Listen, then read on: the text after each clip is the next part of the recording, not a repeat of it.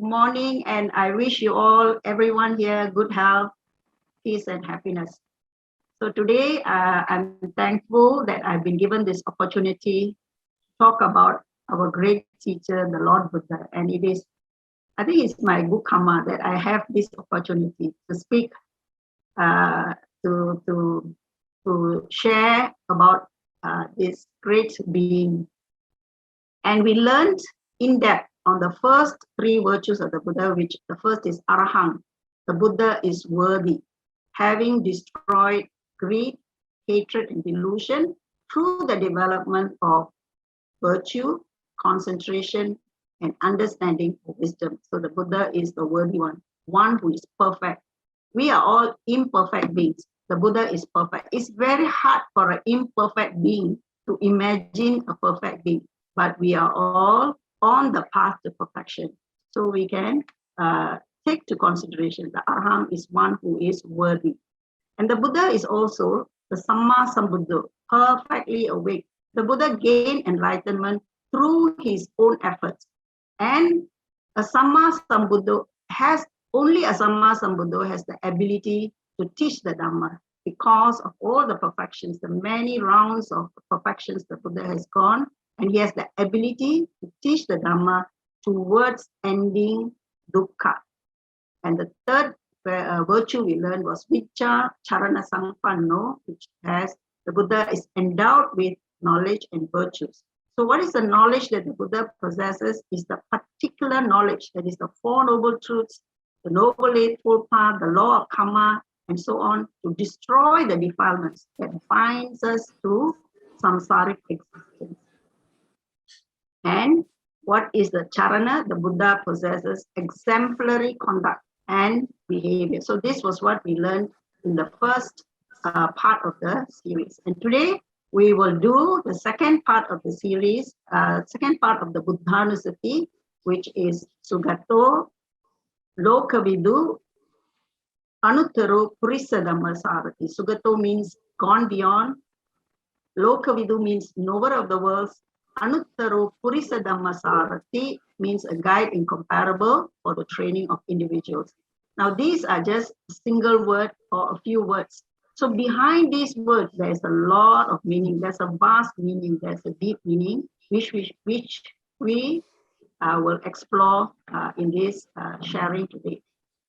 So friends, the essence, when we recollect the Buddhanussati, when we are reciting the Buddhanussati, or we are mindfully meditating, it is a kind of a meditation, this recollection. Buddhanussati, sati means mindfulness.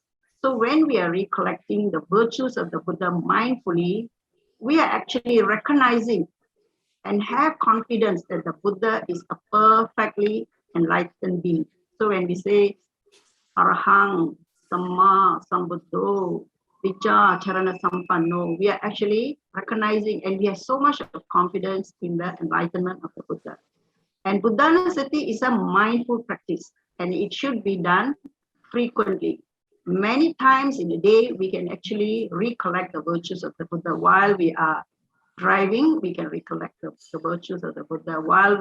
Before we go to bed, we can recollect. While we are walking in the morning, we can recollect the virtues. Anytime there we can collect, because there's only not a very long passage.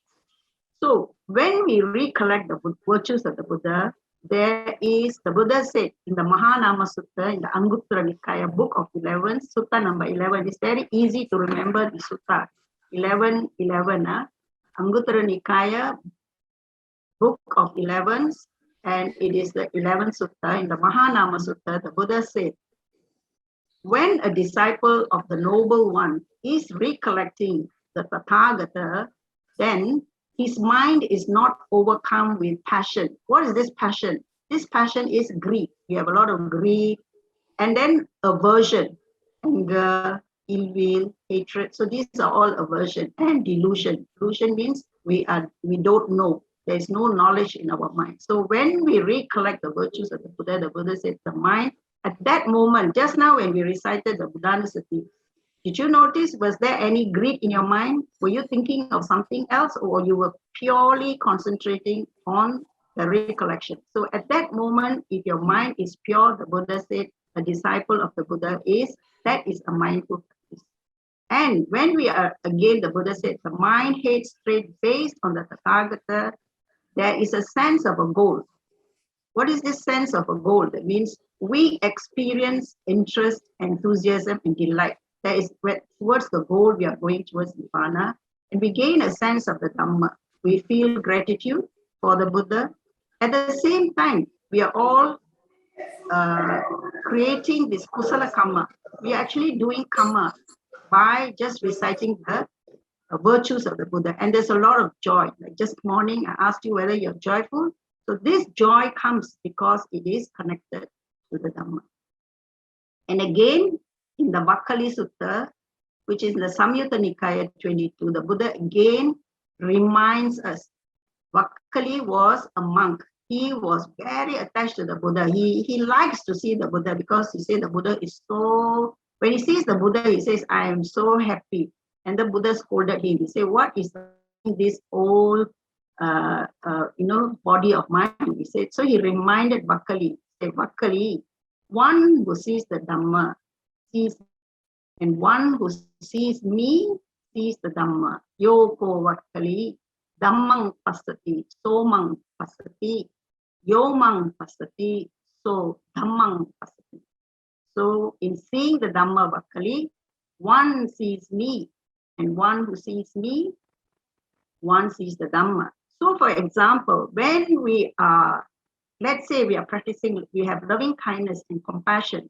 When we are having loving kindness and compassion, we know there is this kindness in our hearts. Isn't that the Dhamma?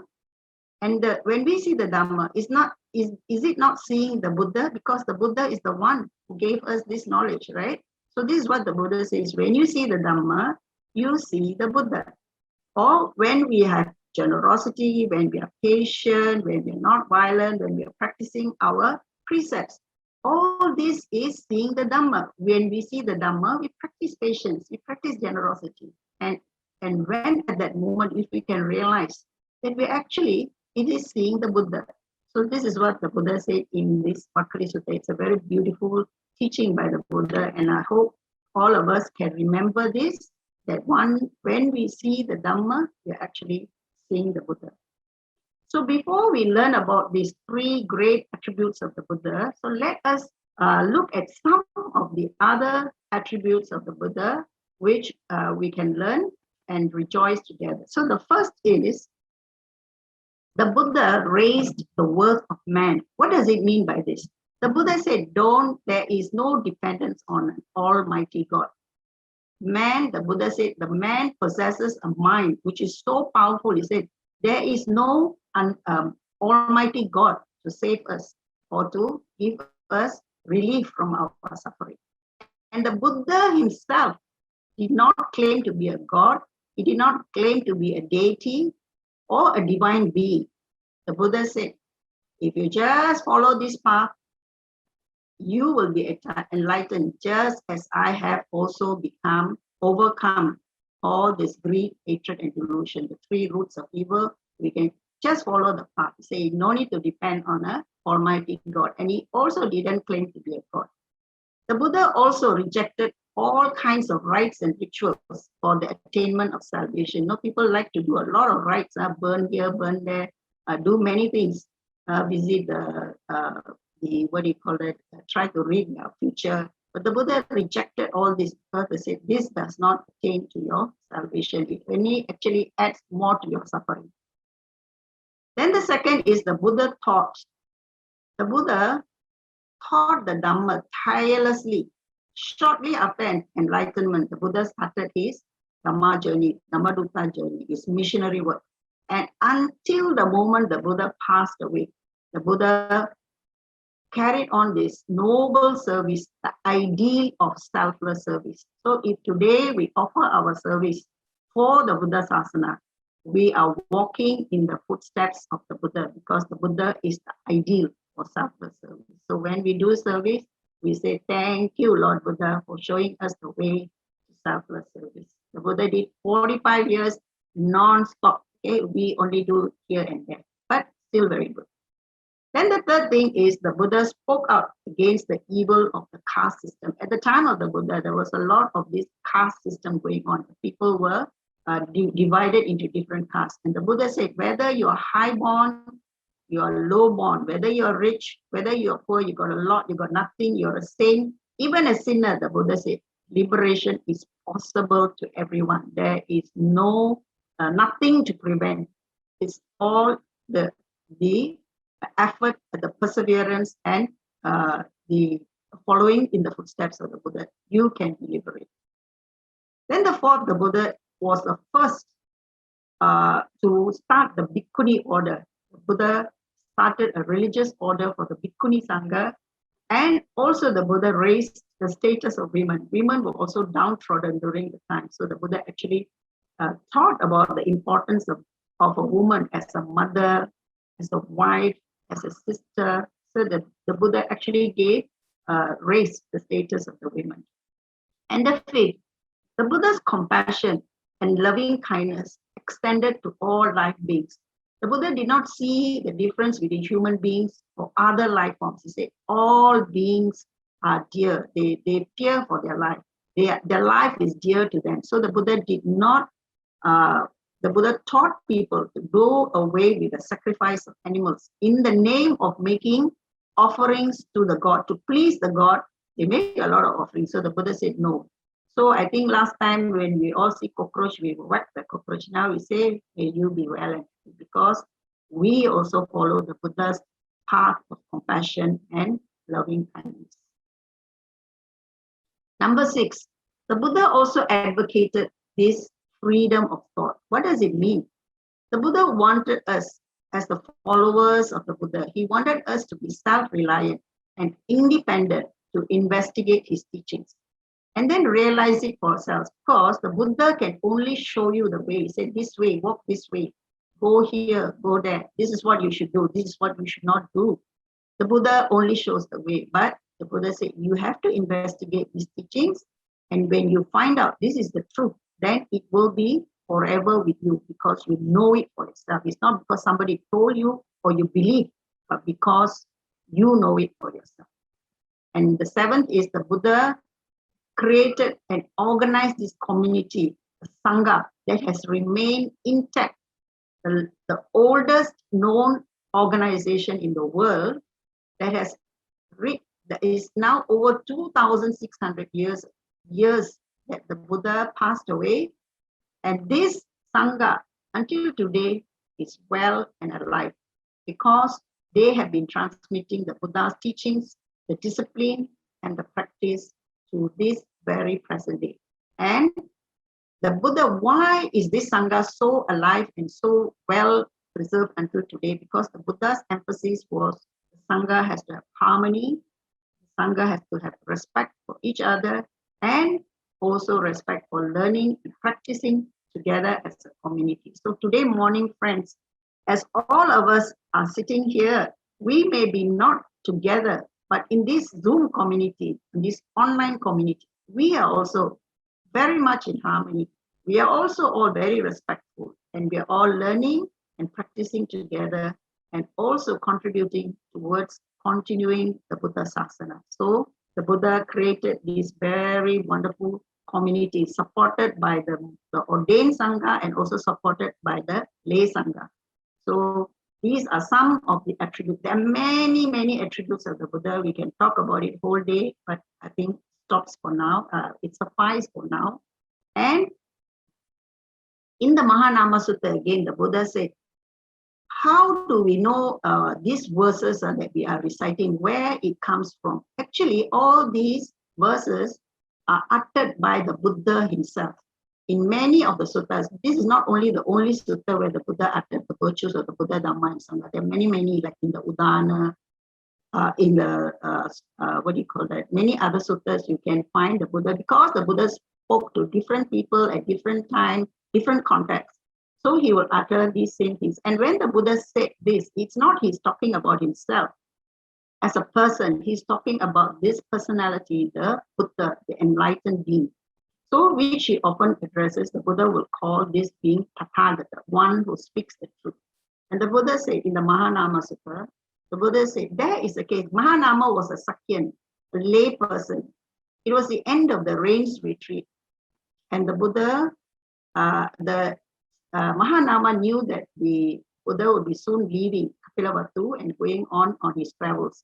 So he went to see the Buddha to pay respects and also to get some advice on what further they should do as a lay person to further their practice. And this is the advice given by the Buddha. And in this sutta, the Buddha has actually given him 6 recollections, which is one is the recollection of the Buddha, recollection of the Dhamma, recollection of the Sangha, and also even the Buddha said there's 6. So this is the 3. The other 3 is actually about oneself. The Buddha said you should recollect your own virtues.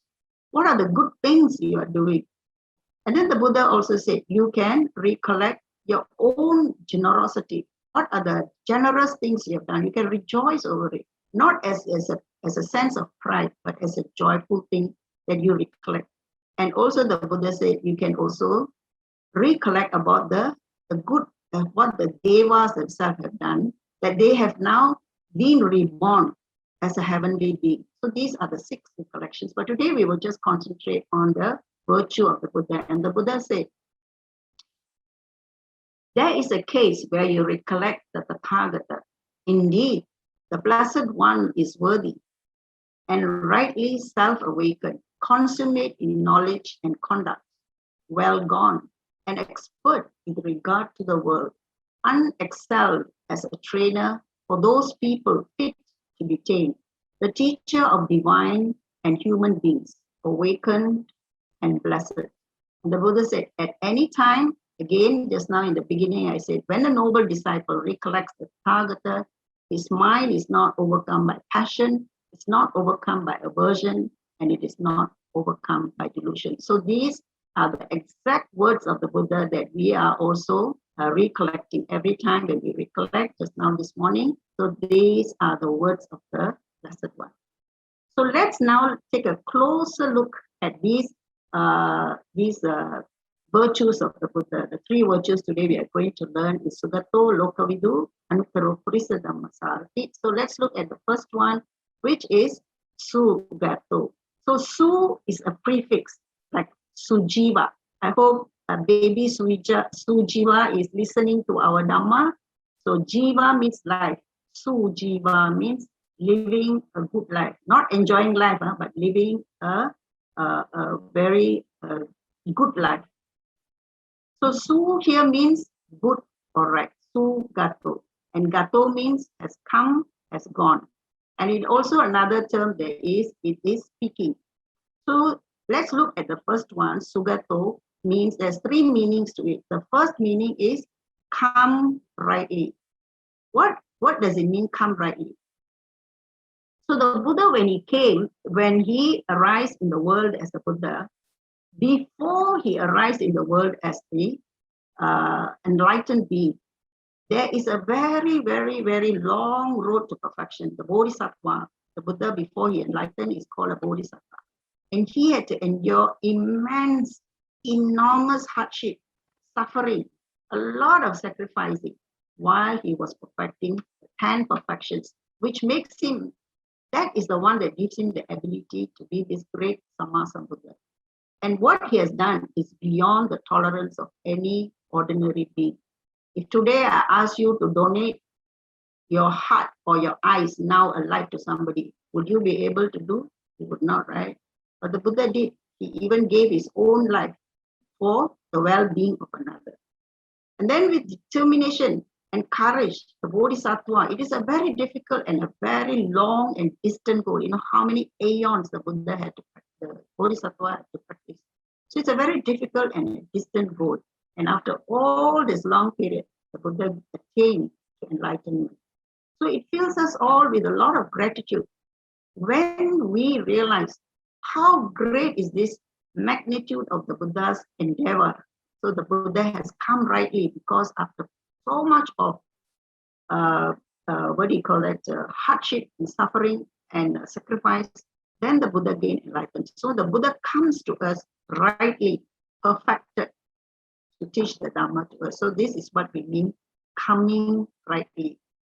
And in the Chulla Sachaka Sutta, there is a sutta in the Majjhima Nikaya 35, where the Buddha says, Inno so bhagava haranaya dhammang desati.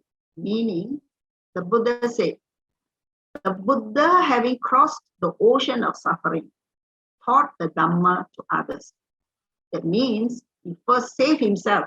The Buddha became perfect himself, free from all defilements. And then he helped others because now his mind is limitless. It's so clear. He can help all of us. So this sutta is a very, very long and beautiful sutta. So if you're free, friends, please go and read because there's a lot of similes given in the sutta. And there is a discussion between two people, between the Buddha regarding the Dhamma. Then the next is, the second meaning of Sugato is gone rightly. The Buddha has gone to an excellent destination and has gone rightly by treading the noble eightfold path, which is the only path, the Buddha said, leading to Nibbana, which releases us from the circle of rebirth. There's no more rebirth. So the Buddha, again, Sugato means has gone rightly. And speaking rightly, Sugato also means speaking rightly. The Buddha is often known as the well-spoken one. His speech is always true, it is beneficial, but sometimes it can be displeasing to others. But mostly, the Buddha's words are pleasing and beneficial. And the Buddha abstains from speech if he does not think it is of any benefit. So there is a story in the Dhammapada, verse 47. There was a young bhikkhu. He just joined the bhikkhu sangha. And then one day when he went for alms in one of the beautiful courtesans, she was a courtesan by the name of Sirima. He fell in love with her because he was just joined, so he was not a very well-practiced monk. But however, this lady, Sirima, she got sick and she died. And the Buddha told the king, please keep the Sirima's body in the graveyard, in the cemetery for 4 days and make sure that the wild animals don't disturb this body. After the 4 days, on the 5th day, when the corpse, the body was now starting to rot and bloat. A lot of worms and maggots were crawling out of it and it was stinking, smelly. But the Buddha brought all his disciples to the cemetery and then he asked the king, he said, King, you can start the auction now. He said, we can have auction. Everybody, when she was alive, everybody was fighting to be with Sirima because she was so beautiful. Everybody wanted her. Now she's dead already. The Buddha said, okay, you start auction. So auction means price go up, right? But in this auction, the price went down until free. And the price of the auction is you can stay one night with Sirima. So nobody wanted to stay with Sirima, and although it was free of charge. So the Buddha then gave this teaching. He said, look at this beautiful body. It is nothing but a heap of rotten flesh. It is only supported by a skeleton. It is so fragile. It's so full of disease. But it is an object of desire. The body is weak, it decays, and most importantly, it is an impermanent thing. After listening to the preaching of the Buddha, the young bhikkhu was in love with this beautiful Sirima. He was awakened. He realized, oh, I understand now. And immediately there he reached stream entering. So here is an example of how the Buddha speaks at the right time, at the right place, connected to the good. Thus, we say the Buddha is a well-spoken, also Sugato. Let's look at the next one, Lokavidu, which is the knower of the world. So Loka means world. Vidu means knowing or skilled in. So what is this world that we are talking about here? The Buddha said there are these 3 broad categories of the world. This subject is actually a very, very big subject, so we're not going to go very detailed into it. But these are the 3 worlds that the Buddha was talking about. The first world is connected to the conditioned world. That is the Sankhara Loka, which consists of our own body. If you look at your body, there is a physical body and there is a mental body. And this physical and mental body, it exists because there are conditions. If the condition is no more, if that causality, the chain of causality is broken, then that formation will cease to exist. But that formation is something that we hold it very dear to. It is our loved one or somebody we know. So the Buddha said this Sankara Loka, the characteristics of this are impermanence, anicca, it is suffering and it is non-self. There is no self involved. And the Blessed One is the one that understood and had clear knowledge of this Sankara Loka, this body and this mind. And even there's another sutta where the Buddha met with Deva. This Deva called Rohitasa, he was in his previous life, he was a psychic and his teacher was also a psychic. So he wanted to know whether he traveled for 100 years, he said, without stopping, walking non-stop, only for eating, for sleeping, and doing his bodily needs. Apart from that, he was walking and he wanted to find a place where there was no birth, no aging, no dying, and then there is, or we reappear there. So he asked the Buddha, when he had died and he went to the heavenly realm, then he came and saw the Buddha and he asked, is it possible, Lord, by traveling to know, to see or reach a far end of the cosmos? He wanted to go to the end of the world to find this place where one does not take birth, age, die, pass away, or reappear. You see how the limited mind will think like this. There is such a place. But the Buddha with the enlightened mind, the Buddha said, I tell you, friend, that it is not possible to travel to the far end of the cosmos where there is no birth, aging, or passing away. The Buddha said, but he said there is no end, no making of end of suffering or stress without reaching the end of. He said no need to go to the end of the cosmos, because he said in this fathom long body with its perception and mind, I describe the origin, its cessation, the practice that leads to the cessation. So the Buddha is trying to tell us that you don't need to go very far. It's all here within us. This body and this mind is the world of the Sankara Loka, which is the world of formations. So the Buddha knows this world perfectly.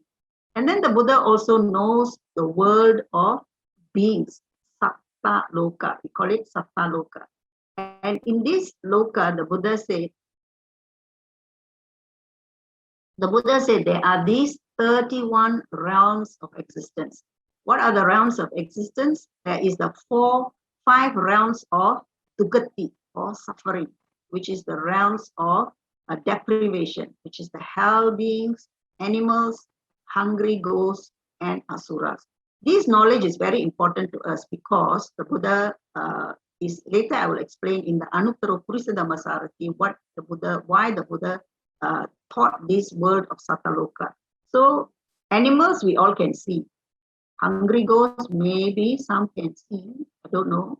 So these are the 5 realms, yeah, the hell beings, animals, hungry ghosts, and asuras. And then there is the sensuous realm. There's the 4 realms. The deprivation is 4 realms, which is Gati. And there are these 6 sensuous realms.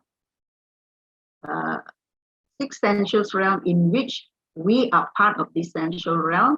And there are these heavenly, further 5 heavenly realms, which is the 4 great kings, the devas of the 33, and so on. And there are many of these realms. Yeah.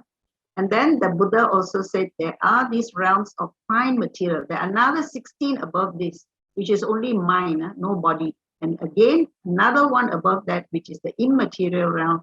There are 4 of those. So together, there are these 31 realms of existence where the Buddha said beings, after dying, let's say they die on earth, they will go to any one of these realms of existence. Or from those realms of existence, they can also come to the human realm, or they just go round and round. So this is what the Buddha says, samsara, we are going round and round in rebirth to any of these planes of existence, and it's called the Satta Loka. And the Buddha, again, is the only one who understands who are these inhabitants staying there, including where they dwell, how they look like, and even their lifespan, how long they live.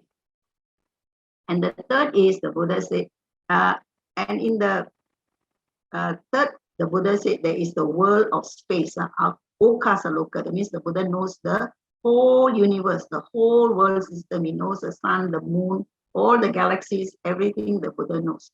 But in the Simsapa Grove Sutta, the Buddha said, I know so much. He took up a few leaves from the forest floor and he asked the monks, which one is more, the one in my hand or the one in the grove?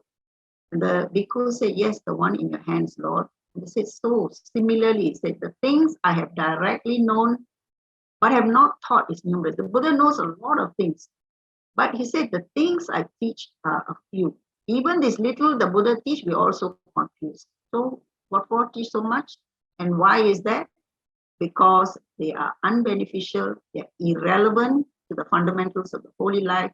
They do not lead to revulsion, passion, cessation, to peace, to direct knowledge, and to enlightenment. Therefore, the Buddha said, I do not teach those things that are not necessary for enlightenment. So the Buddha knows these three words. That's why he is known as the Lokavidu, and he only teaches what is necessary for our liberation.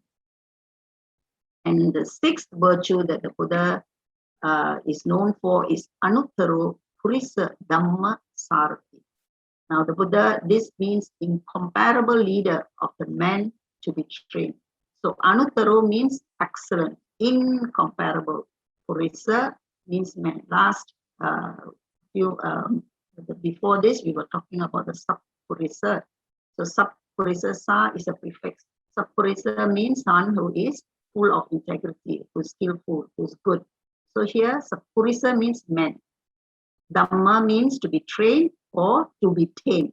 And Sarati means one who is a leader or a charioteer. So the Buddha is known as this leader of men who are ready to be trained. Yeah? Those who are not ready to be trained, you cannot train them no matter what. So the Buddha fully understood that there are beings who can be trained. He knows their habits and their tendencies, and he will adapt his teaching to the various conditions fit and proper for that particular being, or even for all of us. The Buddha has given the teachings which is suitable for us. It's just that we have to pay attention to what is suitable for us. And for those who are difficult to train, the Buddha has some very unique and very extraordinary methods. For example, he used his psychic power to subdue the killer Angulimala, because he knew Angulimala was actually a very good person, but because of circumstances, he had started killing people. So the Buddha used his psychic powers.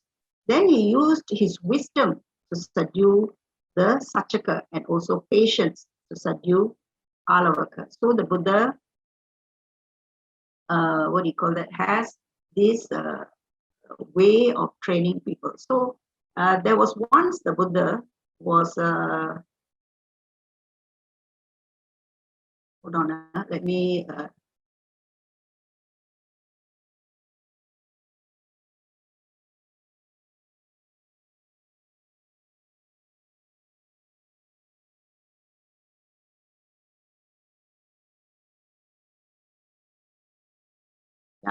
So, and then there were these people who were untrainable.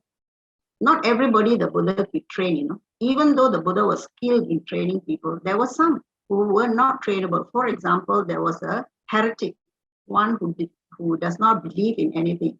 He's called Makkali Goshara, and the Buddha said, is not trainable. And even Devadatta's father, King Supabuddha, also was not trainable. Devadatta is another one of those. He is the cousin of the Buddha, where he wanted to take over the place of the Buddha. He said he wanted to take over the Sangha. And the Buddha also tried to teach him, but he was also, in a way, not trainable. But the Buddha said, in the future, this Devadatta will become a Pacceka Buddha, somewhere very long into the future. So let me give you an example how to illustrate how the Buddha is a incomparable leader, a trainer, a good trainer. So there was one day this lady, her son had died, and she came in distraught, and she asked the Buddha to revive her. The son already died already. She said, please revive my son. So the Buddha did not say, you crazy, no, you cannot have died already, please go and bury it. The Buddha did not say that. The Buddha said, okay, I will help you, but if you please go and find a mustard seed from a house where there has been no death. So she went looking here, looking there, everywhere she went. She could not find any household where nobody had died. Now, through this exercise, she herself reached an understanding that there is impermanence. And she had also learned compassion for herself and others when confronted with death. And she herself became a bhikkhuni. So the Buddha is saying how skillful the Buddha is, asked her to go and find a mustard seed. And through her own understanding, after that, the Buddha gave her a discourse. And she understood this teaching of impermanence. There was another sutta in the Bahiya Sutta. There was this ascetic. This ascetic Bahiya, he likes to, he wears these barks, the trees got bark. He used the bark as his clothes, makes clothes out of them. And he looked very holy and very accomplished. So a lot of people actually supported him. And then he began to think he was like an arahant. He thought he was very high level achieved in his practice. But then he found out that he was actually not a ascetic when a deva told him, actually there is a arahant as a risen in the world. You can go and see him. So he walked. He was so happy, he walked day and night. He walked to Savatthi to meet the Buddha. When he reached Savatthi, the Buddha was on his arms round. And when the Buddha is on arms round, he's very, he's very calm and peaceful walking. And when Bahiya saw him, he paid respects to the Blessed One and he requested for a teaching to be given there and then. The Buddha refused. He said, no need, afterwards you come. But he said no. 3 times he asked the Buddha, please teach me now. Then the Buddha looked at him, looked into his past, and he said, this Bahiya, in one of his very past lifetime, he had made a deep aspiration and he practiced so well. He said, I want to be the first. I want to be the quickest to attain arahantship. How? By only just hearing a few words from a Buddha. He said, when I hear those words, then I become arahant. He made that aspiration. And he pleaded with the Buddha, please teach me the Dhamma. So since the Buddha was on arms round, he said, okay, said Bahiya, in the seen will be merely what is seen. In the heard will be merely what is heard. In the sense will be merely what is sensed. In the cognized will be merely what is cognized. So are you all now arahant already? By hearing this Bahiya Sutta, now that Sister Paru is reading to you, all right. But as the spiritual faculties of Venerable Bahiya was matured, he was already matured, he's just waiting for the right time. At that very moment, all his defilements were eradicated and he attained the fruit of arahantship. That is the skill of the Buddha, because the Buddha can see this being is ready for liberation. There's another story. There was this lady called Kema. She was the chief consort of King Bimbisara. She was extremely beautiful and she was so proud of her beauty. She refused to see the Buddha and hear the Dhamma because the Buddha did not hold any value to this external beauty, because all this is not necessary for enlightenment. But King Bimbisara, he was a very devout follower of the Buddha, and he really wanted his queen to listen to the Buddha's teachings. So we also like that, right? Sometimes husband like Dhamma, wife don't like. Sometimes wife like Dhamma, husband don't like. So maybe you can get some ideas from this. Anyway, King Bimbisara, what he did, he asked his musicians, you please describe in song the natural beauty of the grove in which the Buddha was residing. So when Queen came out, when she heard this song, she was so attracted. She likes, these beautiful things, beautiful sound, beautiful words she likes. So she wanted to go and visit the monastery to experience it. Wow, so nice, I must see it for myself. So when she was approaching the monastery, the Buddha saw her coming. What he did, he created a vision of this very young, beautiful maiden standing beside him and fanning him. And when Kema saw this beautiful, her beauty was far surpassed that of Kema. And she thought, wow, this one is more beautiful than me. Her pride was subdued, and her mind became very soft and pliant. At that very moment, Kema thought her eyes was playing tricks on her. because the maiden started to age slowly. The skin became wrinkled, like Sister Paru is all wrinkled.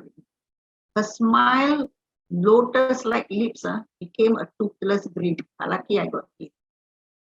Then her hair turned gray and become white. See this one, white and gray. And the limbs were long and slender. She was very beautiful, slender, like a bamboo like that. And she became thin and feeble, and suddenly she fell on the floor, leaving behind a rotten corpse, infested with maggots and turning into a heap of bones. Oh, when Kema saw this, she saw the drastic change in life right before her. She understood at that very moment. She understood that beauty and life are impermanent. She realized, hey, this could happen to me. And so, with her spiritually advanced mind, at that time her mind was already, the spirituality was already aroused. And Kema attained arahantship on the spot while still a lay woman. Don't think only the ordained monastics can become arahant. Even Kema, at that very moment, she became an arahant. And she entered immediately after that. Once you're an arahant, you don't live the day life. She asked for King Bimbisara's consent. She joined the order of nuns. And Bhikkhuni Kema is very well known in Buddhist scriptures renowned for her insight knowledge. So this is one example of how the Buddha is the Purisa Dhammasara. He can train people. And there was this Casey. Casey is a horse trainer. So he trains horses. So one day they were having a conversation and he asked the Buddha, he said, Venerable Sir, he said, the Buddha is a supreme guide for those who wish to train. So how do you guide people in training? So the Buddha said, this is what the Buddha said. I train sometimes gently, sometimes harshly, and sometimes I'm both gentle and harsh. So how is gentle? How did the Buddha teach gentle? The gentle way is this. The Buddha would say, okay, this is good, by the way of conduct, of speech, of mind, of body. Okay, these are the good things you have to do dana, you have to practice your sila. So this is a good way. And if you do this, then your life, you either be born as a god or you're born as a human and you have a good human life. So the Buddha spoke like this gently to people who are able to understand. So this is how the Buddha says, I gently teach. Then harshly is what? The Buddha said, this one, same thing. But now it's not good conduct. Say if you do this bad things by way of body, speech, and mind, unwholesome things, then as a result of that conduct of unwholesomeness, then it is likely that you will be born in hell. You will be born in the life of an animal, and you will even become a ghost. So this is what he said, the harsh way. And the gentle and the other way, where it's both gentle and harsh, the Buddha will see according to the nature or the makeup of that person or the community who's listening, then he will either have this, that, or a combination of both. Then the horse trainer asked him, Casey asked him, then what if that person is don't want to be trained, doesn't want to follow any of this? Then the Buddha said, well, then what we know this, if they are not worth advising, instructing, and neither do their sensible spiritual companions. Meaning that if this person is not does not follow the training or any form of training, then the Buddha, they just reject him and they don't have anything to do with that person. So if you are rejected from the community, then you are outcast.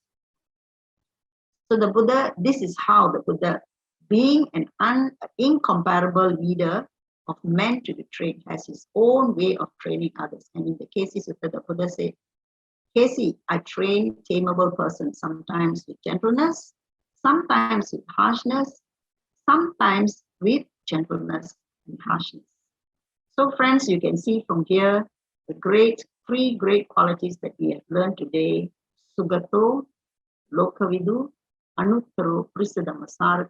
When we recollect these three, we can actually remember what we have learned today and rejoice that we have such a great person, a being by the name of a Buddha to guide us in our liberation.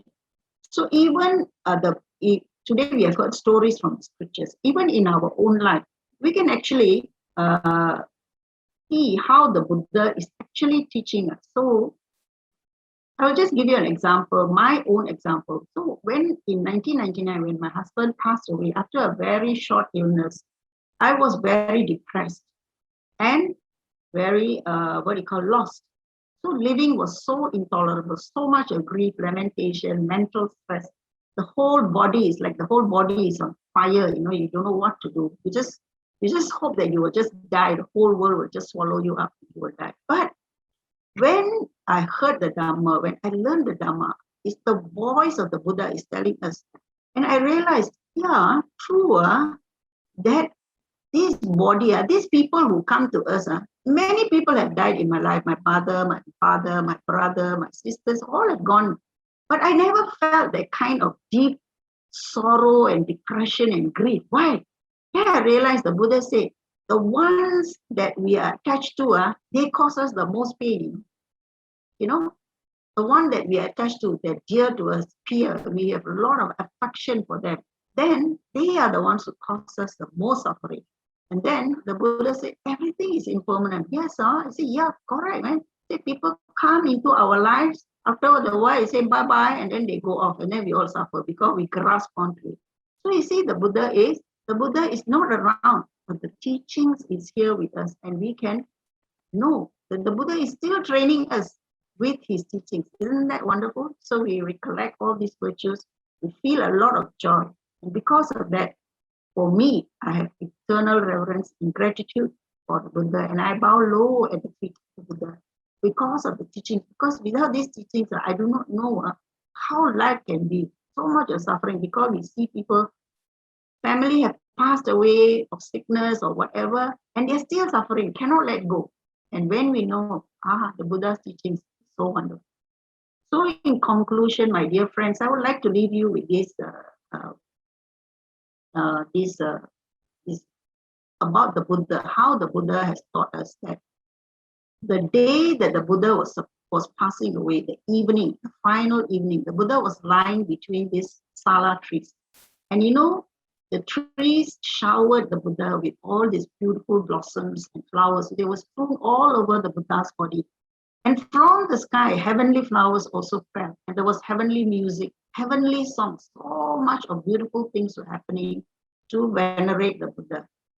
Then the Buddha turned to Venerable Ananda and he told Ananda, all this is good, but it is not how the Buddha is honored, respected, revered, venerated, or reverenced. Rather, it is the monastic or the lay follower who lives according to the Dhamma, who enters it the proper way, who walks the Dhamma. He is the one who honors, venerates, reveres, and upholds the Buddha with the highest veneration of all. So, dear friends, see, even the Buddha, all these heavenly beings were paying honor to the Buddha. But the Buddha said, it is when we practice the Dhamma, that is how we honor the Buddha. And he continued, he said, Ananda, train thus, we will live in the way of the Dhamma upon entering the proper way and walking in the Dhamma. So with this, I hope with this sharing, all our Dhamma friends can rejoice on the 3 and the 6 qualities we have learned so far. And when we recollect the virtues of the Buddha with renewed understanding and faith, may the merits of these gifts of the Dhamma be shared by all beings. Namo Buddhaya.